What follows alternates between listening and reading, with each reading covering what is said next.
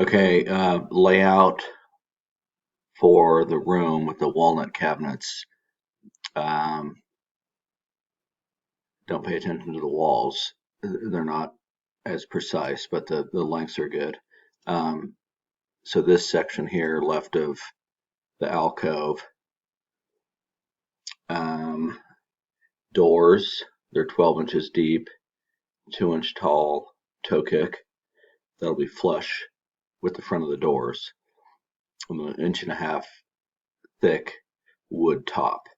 You had a note in here with the adjustable shelves wanting on the bottom 15 inches and the top 13. So let me know if this works. The inside here is 15 and 3/8. This is just split in the middle. We'd have to change the size of the cabinets. I don't know if that makes a big difference to get this exactly 13 and that 15. Or we just make the inside of these shelf pin holes all the way up, and then they're adjustable. But if we put 2 shelves, then we've got 10 inches in between each. So these are going to be the same construction style cabinets, the frameless, as we did here, for here and here, since these have doors. So this cabinet is 35 1/4. So that door is about 18 inches wide. And if we want to keep a similar sized door, you had 4 doors drawn, but it's a little bit closer if we keep these 3 doors instead of 4. It's only about an inch, 1.5 inches bigger doors on this side than the other. And again, same layout here. Frameless cabinets, just like that alcove that we did. And then the wood top.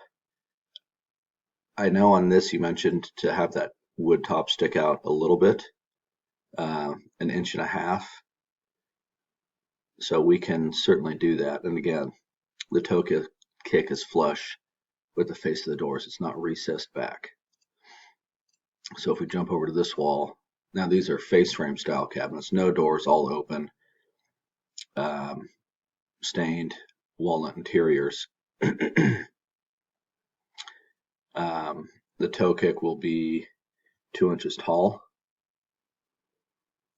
1.5 inch rail here on the face of the cabinet, 1.5 inch rail at the top, and then the 1.5 inch wood top.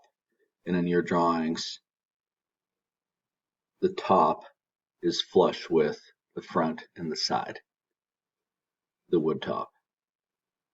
So from the top of the cabinet, come down 1.5 inches, there'll be an 1/8 inch seam, and then the face frame on the cabinet. And then these are shelves. For finishing reasons, these need to be removable to seal or spray the inside of the cabinet, but we can just put one